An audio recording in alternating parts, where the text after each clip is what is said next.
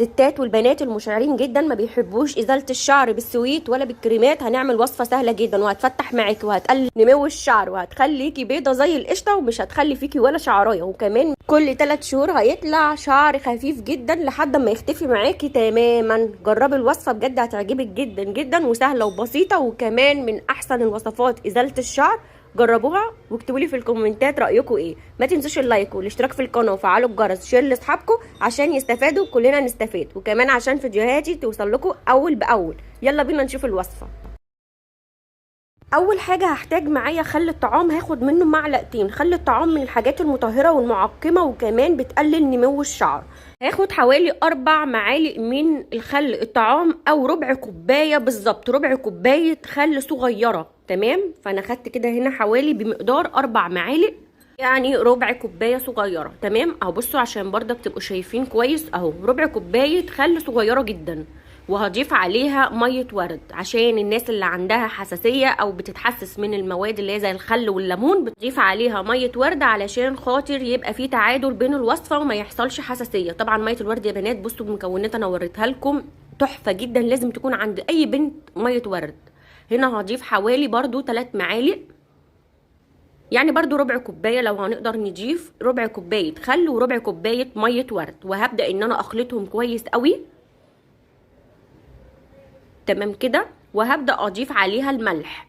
هحط حوالي معلقه كبيره او مليانه من الملح. طبعا المعلقه اللي انا بحط بيها دي صغيره، فانا حطيت كده معلقه صغيره مليانه ملح، وهبدا ان انا اقلبهم كويس. الملح بقى من الحاجات الجميله جدا برضو اللي بتطهر وتعقم وتعمل سكراب خفيف جدا للبشره، وبتزيل الجلد الميت، وكمان بتزيل الشعر بكل سهوله. تمام، انا هنا حاولت ان انا اقلبهم كويس جدا لحد ما اخفي الملح معايا تماما. انت حاولي على قد ما تقدري تخفي الملح خالص، مش عايزين الملح يبقى باين. قلبت الملح كويس كده خلاص تمام، وهبدا ان انا اضيف ربع معلقه صغيره من الشبه. الشبه يا بنات من الحاجات اللي بتفتح الجلد جدا جدا، خصوصا لما بتيجي تحطيها للعرق تحت الباط، وبتقلل نمو الشعر كويس جدا وبطريقه حلوه وسهله وطبيعيه جدا. حطيت ربع معلقه وهبدا ان انا اقلبهم كويس. من احسن الحاجات اللي بتقلل نمو الشعر وبتخلي الشعر ما يطلعش بكل سهوله، او ما يخليش الشعر يطلع الا كل 3 شهور مره، وبيطلع خفيف جدا ما بيطلعش تقيل، حلوة قوي. هنا على قد ما هقدر هقلب كويس قوي الشبة عشان تدخل كده في كل المكونات، لانها بصوا عايمة على الوش زي ما احنا شايفين. طبعا لسه لما نحط المكونات التانية هتبدأ تظبط، بس احنا بنحاول على قد ما نقدر كل مكون نقلبه كويس. تمام كده، هنا خلاص انا على قد ما قدرت قلبتهم. هضيف عليها بقى معلقه من النشا عشان التفتيح. طبعا ما احنا مش هنشيل شعر من غير ما نفتح كمان البشره اللي هي الاماكن الحساسه زي الابطين، الفخاد، الاماكن اللي هي فيها سواد. فطبعا هنا برضو الوصفه بتفتح وكمان بتزيل الشعر. جربوها بنفسكم بجد هتعجبكم جدا. هنا بقى انا بحاول ادوب النشا خالص، مش عايزه اي حاجه يبقى ليها اي اثر، انا عايزه الوصفه ناعمه.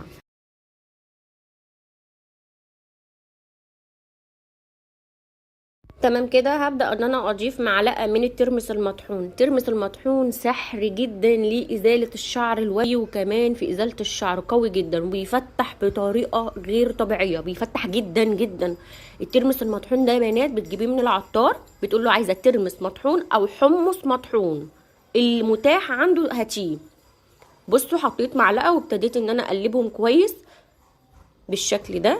بحاول ان انا على قد ما اقدر اخفي التكتلات، عشان لو انت سبتيها بتكتلاتها كده مش هتظبط معاكي خالص. انا هنا خلاص قلبتها كويس وبقت معايا زي الميه زي ما انتم شايفين. هضيف عليها كمان معلقه من الدقيق او الطحين، معلقه واحده كده. عايزه اقولك ان الدقيق والطحين بردك من الحاجات الحلوه قوي اللي بتزيل الشعر الوبري اللي بيبقى في الوجه، وكمان بيزيل الشعر اللي بيبقى في الجسم بدون الم. فهنا انا ابتديت ان انا اقلبهم بقى كويس لحد ما كده ادمج الدقيق، وكمان ان انا اخفيه تماما. في بلاد بره برضو اللي هي البلاد العربيه بيقولوا عليه طحين، عشان الناس اللي عندي برضو يعني عشان يبقوا عارفين اسامي الحاجه، طحين او دقيق. تمام، انا بقلب بقى كويس. بصوا بقت معايا كريمه، كانت الاول خفيفه، بصوا تقلت معايا خلاص كده. بصوا تحفه. طبعا تابع الفيديو للاخر هتشوفي ان انا هعمل لك كمان وصفه اخر حاجه لتقليل نمو الشعر تماما، الشعر ما يطلعش خالص. حلوه قوي، دومي عليها هتاخدي منها نتيجه حلوه.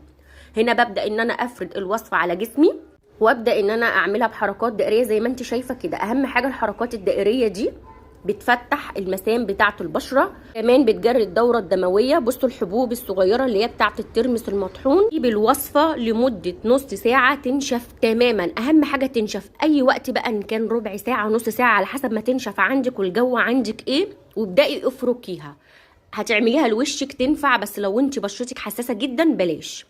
لو هتعمليها لجسمك تحفه، هي حلوه جدا، ولما بتنشف خالص لازم تفركيها تماما. الوصفه بقى دي اللي انا هعملها تحفه جدا لتقليل نمو الشعر. الزنجبيل البودره او الزنجبيل المطحون، خدت منه معلقه، حلو جدا جدا في تقليل نمو الشعر. هضيف عليها كمان معلقه من الملح، معلقه واحده، تمام، ملح طعام. انا بوريكي المقادير بالظبط عشان المعلقه اللي انا بحطها صغيره. عايزه تعملي كميه كبيره مفيش مشكله وتشيليها في التلاجة مفيش اي مشكله. وحطيت عليها معلقه من الملح، ملح الطعام. هبدا ان انا اضيف عليهم ميه ورد، تمام. هبدا اضيف بقى 4 معالق من ميه الورد، تمام كده، 4 معالق من ميه الورد. زي ما قلت لكم ميه الورد من الحاجات الجميله جدا اللي لازم تكون عند كل بنوته. هقلب بقى الخلطه كويس كده لحد ما تندمج، الملح يدوب معايا والزنجبيل يبدا يندمج كده مع ميه الورد. فانا هقلبها كويس. على فكره الوصفه دي ممكن البشره الحساسه تستخدمها، بس هتعمل تيست صغير على جسمها او ايديها، حته صغيره، وتشوف لو حصل احمرار، حصل حساسيه، يبقى مش مناسبه ليها انها تستخدمها. هحط بقى حوالي ربع معلقه صغيره من الشبه، زي ما قلنا انها من الحاجات الحلوه اللي بتقلل نمو الشعر. فانا هبدا كده احط ربع معلقه صغيره وهبدا ان انا اقلبهم مع الخلطه. الشبه يا بنات بتجيبيها برده من العطار، في منها الاحجار وفي منها البودر. لو لقيت البودر هاتيه، لو لقيت الاحجار هتجيبيه وتطحنيه، سهل جدا في طحنه مش صعب. فيعني كل الحاجات دي موجوده عند العطار. هبدا بقى ان انا اخلطهم كويس قوي لحد ما الشبه كده وكل المكونات احس انها دابت خالص بالشكل ده.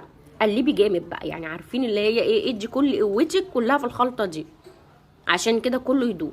هبدا بقى ان انا اضيف معايا كمان اخر حاجه، وهي صغيره من البيكربوناتو، جميله جدا جدا، بتفور السواد وكمان بتقلل نمو. كمان عايزه اقولك انها بتفتح المسام، يعني عشان الشعرايه كده تبدا انها تطلع معاكي بكل سهوله. وغير كده كمان بتقلل نمو الشعر، حلوه قوي. فهنا بصوا لما هقلبها هتبقى معايا زي الفوم. شفتوا التفاعل بتاع البيكربوناتو؟ عايزه اقول لك انها فعلا بتفور السواد. يعني انت لو عندك غمقان او سواد السنين تحت الابيضين هتفوره في ثواني، يعني حلوه قوي. شايفين ابتدت تتقل معايا زي الفوم كده. ده اختياري، عايزه تحطيه حطيه، مش عايزه تحطيه خلاص. بس انا بالنسبه لي بحب احطه علشان هو زي ما قلت لكم مطهر ومعقم، وبيمنع كمان ريحه العرق، وكمان بيقلل نمو الشعر. فلو حابه تحطي معلقه خل واحده حطي، مش حابه خلاص يبقى هو بالمكونات اللي احنا حطيناها ونستكفي. هنا بقى انا حطيت معلقه خل بالنسبه لي انا، وهبدا ان انا اقلبها كويس. بصوا بقى الفوم بتاعها، عايزه اقول لك انها خطيره. بصوا بقى لما اجي استخدمها مش هتحسي بشكلها ولا بلونها ولا اي حاجه، اكنك حاطه طبقه كده عاديه جدا. بحطها وبسيبها حوالي 10 دقايق مش اكتر من كده بعد ازاله الشعر. 10 دقايق بعد ازاله الشعر، وهسيبها لحد اما تبقى 10 دقايق كده تكون نشفت معايا. وببدا اغسلها بميه عاديه جدا، ممكن كمان بالميه والصابون. بكرر الخلطه دي 3 مرات يوميا، 3 مرات يوميا بعد ازاله الشعر. جربوا الوصفتين دول بجد، انتوا من نفسكم هتشوفوا النتيجه حلوه جدا. اكتبي لي كومنت حلو زي كده للتجربه، وما تنسوش اللايك، وباي باي.